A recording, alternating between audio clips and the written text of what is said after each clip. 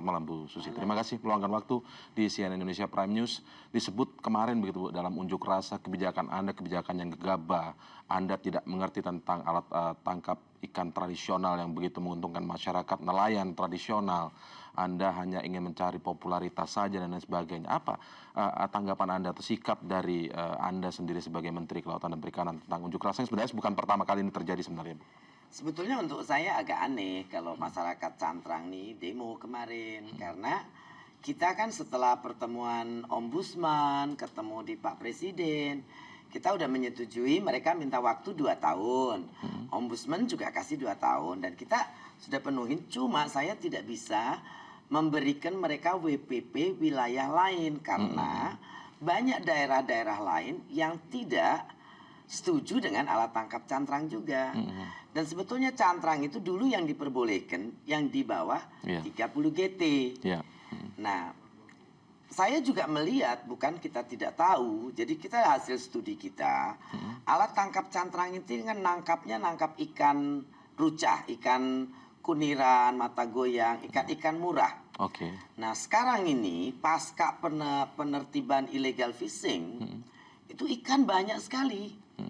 Dan banyak yang sudah berubah alat tangkap, pakai pursain, itu dapatnya banyak. Dan waktu kita ketemu di acara istana, itu mereka juga bilang bahwa sebagian dari mereka juga punya alat tangkap pursain. Jadi sebetulnya ganti saja. Kita akan kasih mereka WPP yang bagus perikanannya, yang masih subur, yaitu arafuru dan natuna misalnya. Dan di Laut Jawa juga sekarang subur sekali. Kapal-kapal pursain ini tangkapannya sekarang luar biasa. Nilai tangkapannya per kilo itu kalau ikan tangkapan pursain antara 10 sampai 15 ribu. Kadang bisa 20 ribu kalau ikannya yang lebih mahal jenisnya. Justru kondisi kebalikannya sebenarnya. Kenapa mereka kemudian melakukan aksi unjuk rasa ini? Tentu saja kita harus tanyakan ke mereka. Tetapi ya, dan lebih apakah aneh ini lagi, mereka mengetahui? Lebih aneh lagi mereka bergabung dengan Gernaspi atau Germas, saya lupa singkatannya.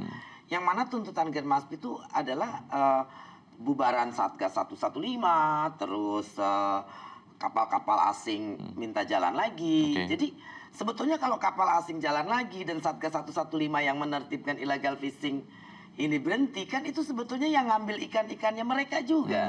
Jadi untuk saya agak aneh.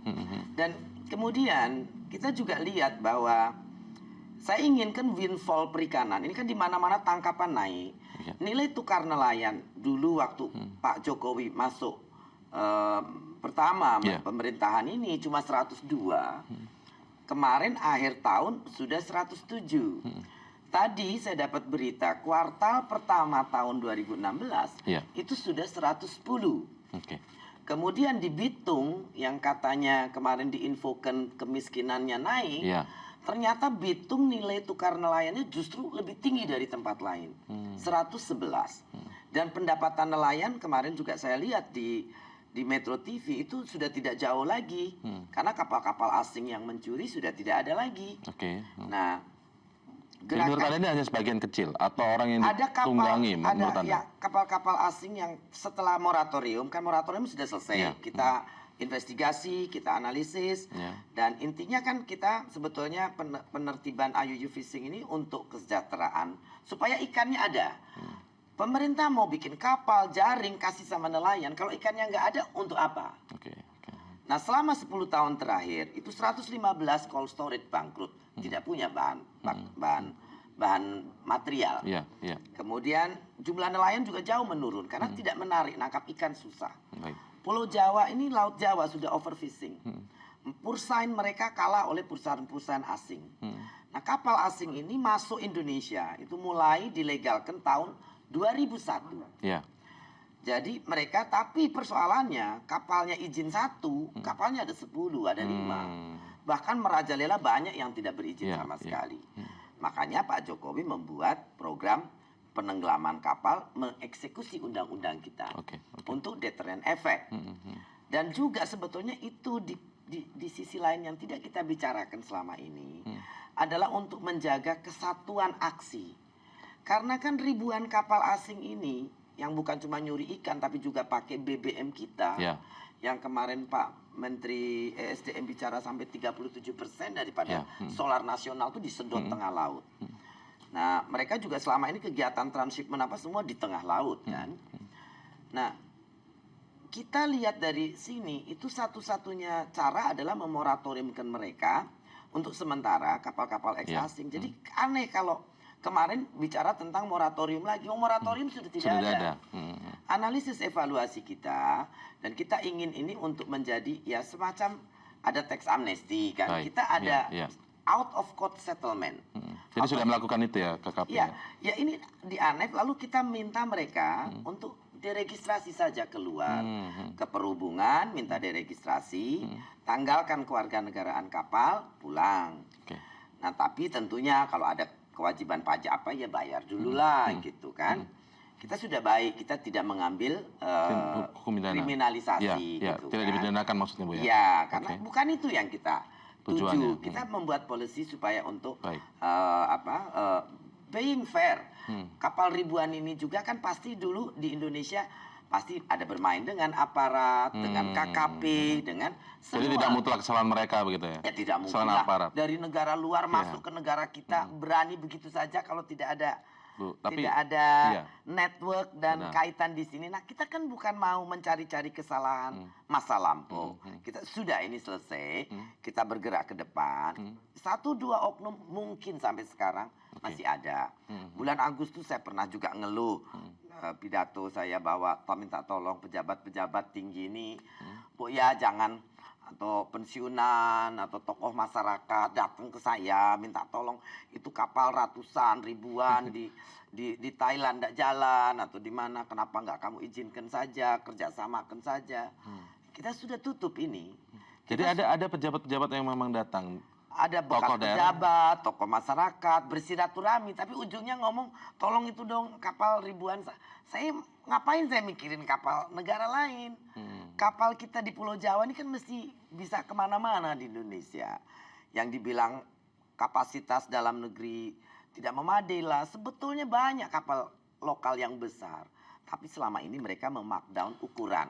Nah kapal-kapal cantrang ini banyak yang markdown ukuran. Mereka takut diukur ulang dikriminalisasi. Padahal tidak perlu. Kita putihkan.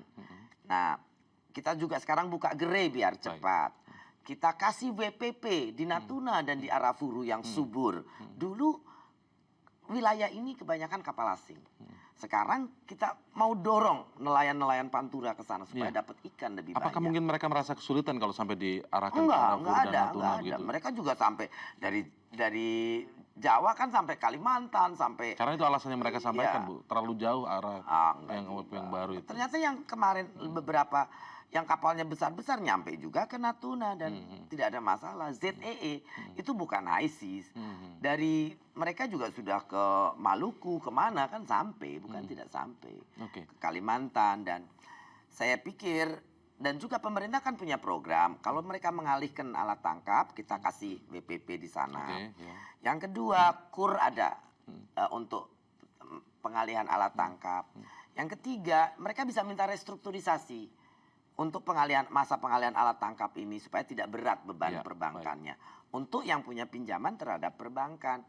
Jadi saya pikir sih agak aneh dan mereka kan masih bisa melaut. Gitu. Jadi menurut Anda ini hanya sebagian kecil dan memang ada yang menggerakkan. Pemahaman ini sebenarnya sudah pernah disosialisasikan. Saya tidak mau berprasangka, cuma saya melihat ini dan seperti jumlah kapal. Nanti mungkin Bapak mesti bicara dengan Pak Arief Satria yang hafal sekali prosentase kapal asing, kapal dalam negeri. Yang mungkin Bapak nanti bisa tanyakan begitu atau orang dari KKP. Saya kurang hafal prosentasenya, tapi yang pasti kapal-kapal Indonesia yang besar itu juga ribuan, bukan sedikit. Hanya selama ini mereka markdown di bawah 30 GT, kapalnya 100 GT. Tapi markdown di bawah 30 GT. Kemarin kita ukur ulang, masih ada juga yang nakal. 150 GT ditulisnya suruh 90 GT. Jadi ya biasa namanya pengusaha selalu mencari. Nah juga kita mesti berbedakan. Nah, nelayan-nelayan itu kalau kapal sebesar itu omsetnya satu kapal yang 60-70 GT sekarang ini pursight. Kurang lebih 6-7 miliaran setahun. Minimal itu. Dan itu Ya kalau PHP naik sedikit ya wajar kan gitu. Bu, tetapi kalau misalnya kayak pejabat-pejabat tadi, kita bicara soal nelayan tadi mungkin Balik saja lagi. ada yang ini, tapi kemudian ada pejabat-pejabat yang tadi sering datang begitu, melobi ibu tokoh daerah, mantan pejabat juga begitu. Artinya pemahaman tentang kebijakan ini belum merata ke seluruhnya begitu. Dan apakah mungkin ini yang Anda sebut Ya, sebagai bahwa mereformasi sektor perikanan dan kelautan ketika Anda menyampaikan di forum bisnis akhir Maret lalu ini sebuah pekerjaan yang sangat berat. oh iya, ya, ya Jadi ini saya tidak dipahami seluruh pejabat negara yang ada di karena Republik mereka ini. kan tidak pernah tahu hidupnya nelayan. Bagaimana dulu susah, sekarang ikan banyak. Mereka pikir kalau kapal satu masuk, dulu kan ke satu kapal katanya sampai 50.000, 100.000 per kapal. Ya. Nah, tapi persoalannya mereka juga duplikat lagi kopinya kan. Di Baik. kapalnya ada lebih dari pada izinnya. Jadi ya saya sih makanya menghimbau, saking keselnya saya bulan Agustus itu hari saya pidato tentang hal ini karena ya capek juga gitu kan. Ada dampaknya tidak setelah Anda menyampaikan secara terbuka pejabat tolong Ya, jangan datang ke mungkin, saya untuk tidak melobi? tidak sesering awal-awal. Sekarang ya sudah jarang. Ada yang mencoba-coba. Ya contohnya sekarang minta tolong dijalankan lagi. Padahal kan itu tidak mungkin gitu. Ya, Karena persoalannya adalah satu ya ini akan membawa kembali illegal fishing itu saja. Oke, baik. Bu, bicara tentang kinerja KKP dinilai sebagai kementerian yang cukup bersinar begitu, Bu. Tetapi ini menjelang isu reshuffle, justru nama-namanya yang ketika yang lain berbicara bahwa nama-namanya akan disingkirkan atau digeser atau dipindah, justru nama Anda disebut-sebut akan dinaikkan ke menjadi Menko. Bu. Kita akan menjawabnya nanti. Kita harus break terlebih dahulu. Tetaplah bersama kami di CNN Indonesia Prime News.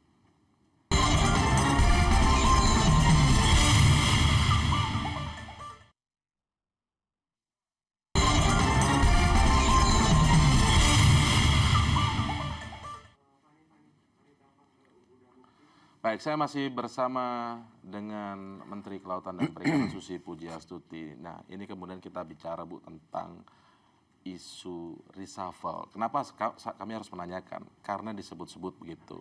Nama Ibu Susi akan menduduki posisi Menko. Apa yang Anda dengar soal ini, Bu Susi?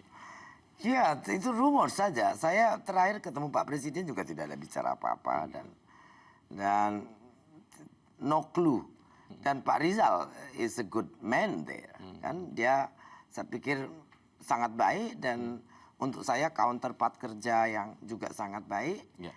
Dan rumor saja, saya tidak mungkin bisa menggantikan Pak Rizal dan ya saya lebih senang di teknis seperti ini karena itu saya pikir saya punya strength, saya kan dulu bekas pelaku usaha. Saya pikir seperti itu dan Pak Rizal is the best man there.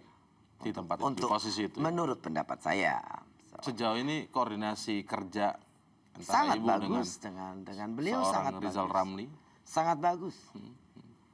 Sangat bagus. Dari sisi upaya Anda yang selama ini berusaha menghapuskan illegal fishing, penenggelaman kapal-kapal pencuri ikan, Ya, bagaimana dukungan yang diberikan secara real begitu? Beliau sering bertanya kritis, ya, kita jawab dan so far saya pikir saya sangat muda dan saya pikir best counterpart kerja untuk saya sekarang ini.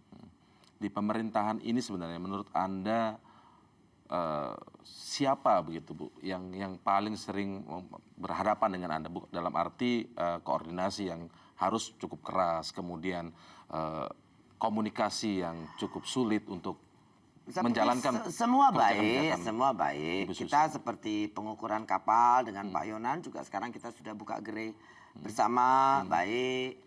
Ya, kemudian dengan KLH juga untuk beberapa CITES juga baik. Semua baik. Saya rasa kabinet ini sangat kompak. Presiden juga bicara hari ini kita nih politiknya kan cuma politik kerja, tidak politik lain-lain. Jadi ya kerja saja. Gitu. Cuma kadang-kadang saya orangnya kan sedikit tidak sabaran. Itu kelemahan saya. Jadi ya kadang-kadang maunya cepat-cepat gitu. Tapi saya pikir semua kawan-kawan di kabinet juga udah malu. Iya. Ketika Presiden memanggil Ibu Susi pada hari Jumat lalu ya, itu disebut-sebut sedang membicarakan Sama sekali tidak apa, Bu, yang bicara. disampaikan itu, Pak? Katanya bicarakan tukar waktu itu? tempat, apa wartawan, enggak ada sama sekali. Kita bicara tentang program KKP yang 3.500 kapal, tentang pembangunan pulau terluar integrated, ada 10 pulau, kemudian ada program cold storage di pulau-pulau itu, kapal angkut, kapal nelayan. Sama sekali tidak bicara lain-lain. Dan Apalagi tentang reshuffle. Dan juga tentu saja begitu, ngapa masuk presiden bicara reshuffle sama saya, dan mungkin mengkomunikasikan tentang sama struktur sekali baru tidak begitu. nggak ada. Presiden sempat meminta Ibu untuk tidak berpolemik. Enggak juga, enggak bicara begitu. Ya pokoknya kita harus melakukan deregulasi. Dan sebetulnya kalau dibilang kita bikin aturan banyak, enggak betul. Karena kita cuma bikin 5 permen yang berkaitan dengan stakeholder. Satu itu moratorium yang sudah habis. Yang kedua transshipment. Kalau transshipment memang semua dilarang di seluruh dunia.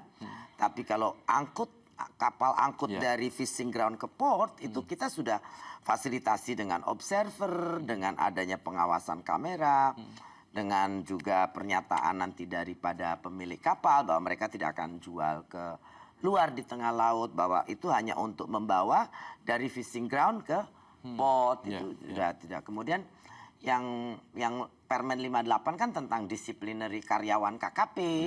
Kalau dia melakukan kesalahan kita bisa kasih disiplin kan gitu. Kemudian Permen 1 dan 2, 1 tentang kepiting dan lobster.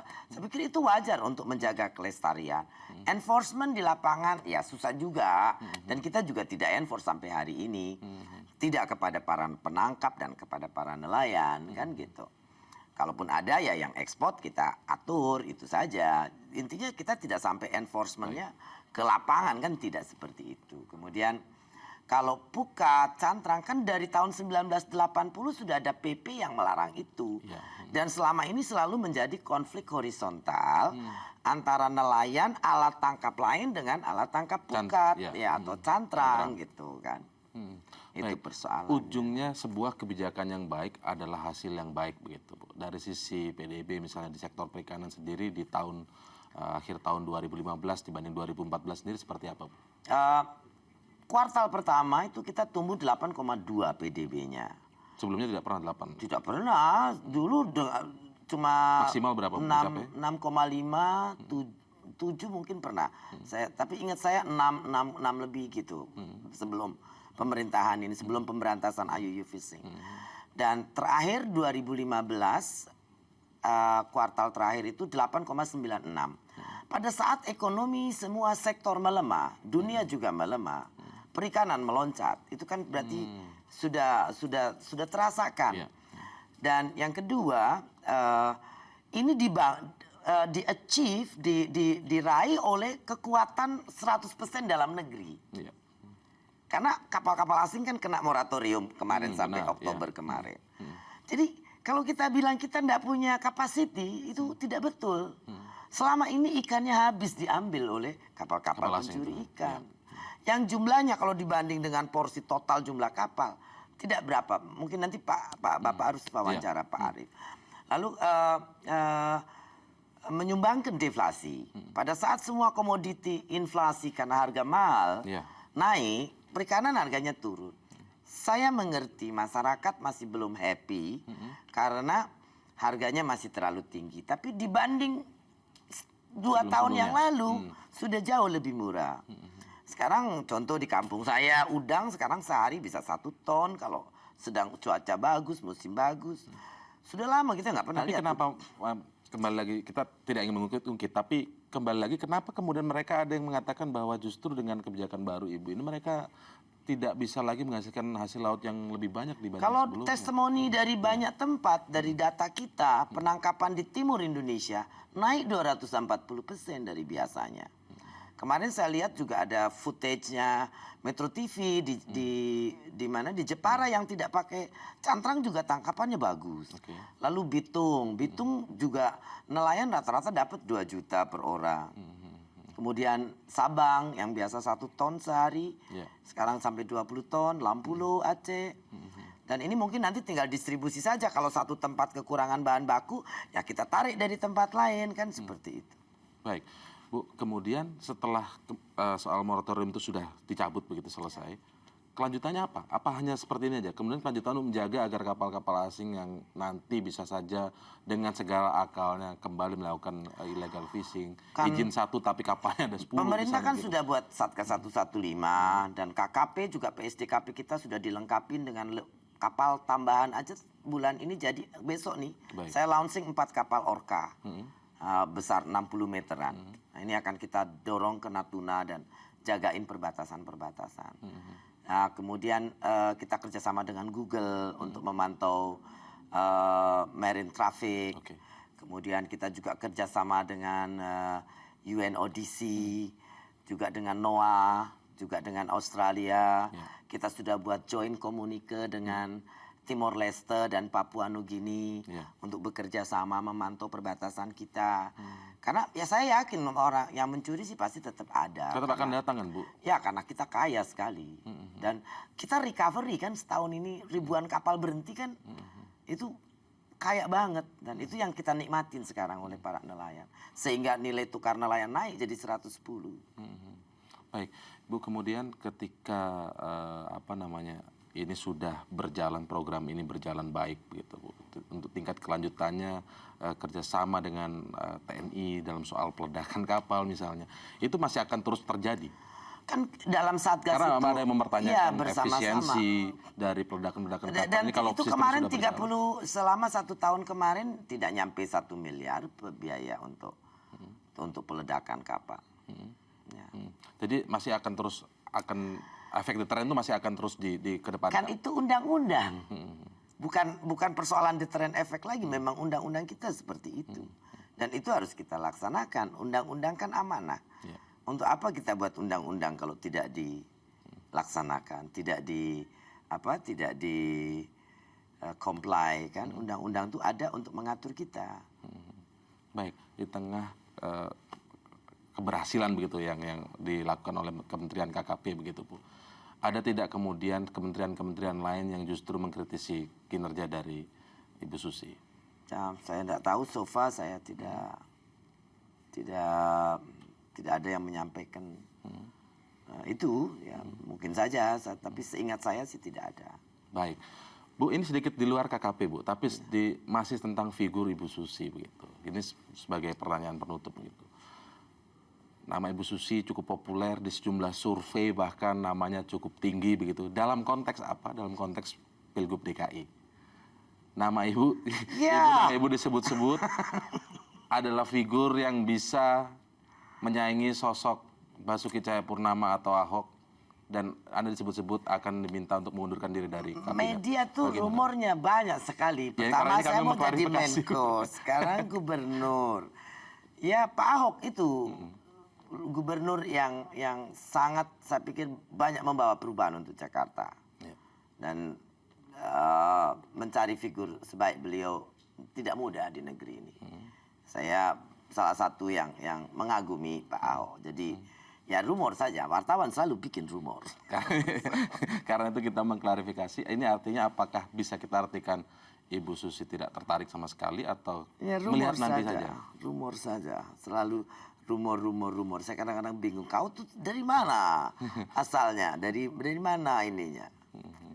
Dan saya apalah, kan saya dapat kepercayaan dari Pak Presiden begini juga sudah luar biasa. Oke, jadi menurut Anda sosok Pak Ahok ini adalah sosok yang tepat?